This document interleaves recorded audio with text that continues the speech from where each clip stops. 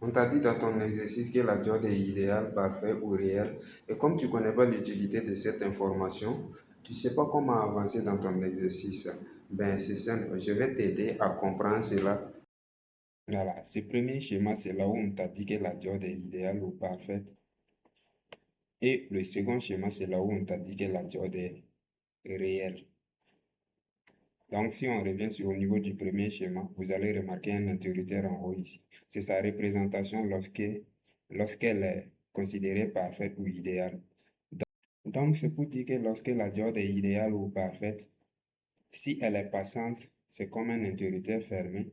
Si elle est bloquée, c'est comme un interrupteur ouvert. Ici, c'est sa caractéristique. Lorsqu'il y a un courant, le courant commence à évoluer.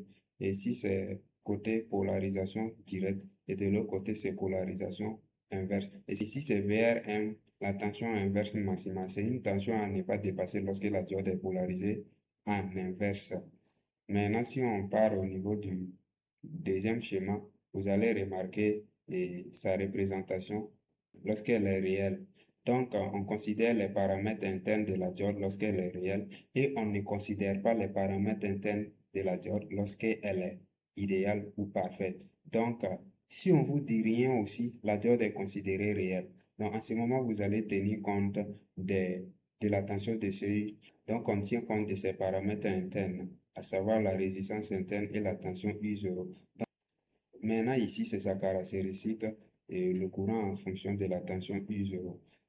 De l'autre côté, vous allez remarquer le courant commence à évoluer à 0. Et ici, le courant commence à évoluer à V0. C'est pour dire que même si la diode est polarisée en direct, si on n'a pas atteint cette tension, le courant ne commence pas. La diode ne va pas commencer à être passante. Vous voyez, non? Donc maintenant,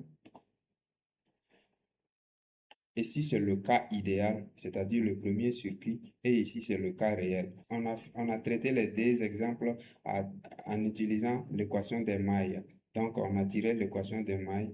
Cela revient à dire U bat moins UD1 moins UR1 est égal à 0 et on tire UR1.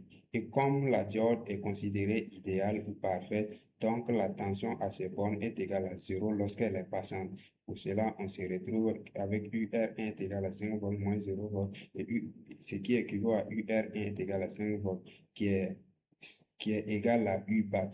Et dans le cas réel, c'est la même équation, mais cette fois-ci, on va tenir compte des 0,7 volts parce qu'on a dit que la diode est réelle. Et même si on n'a rien dit, c'est que la diode est réelle, on va considérer les 0,7 volts ou bien 0,6 volts dans d'autres documents si la diode est aux solutions et 0,3 volts ou 0,2 volts si c'est au germanium dans d'autres documents. Maintenant, dans le même sens, on a tiré UR1 qui est égal à 5 volts moins 0,7 volts. Cela revient à dire que UR1 est égal à 4,3 volts.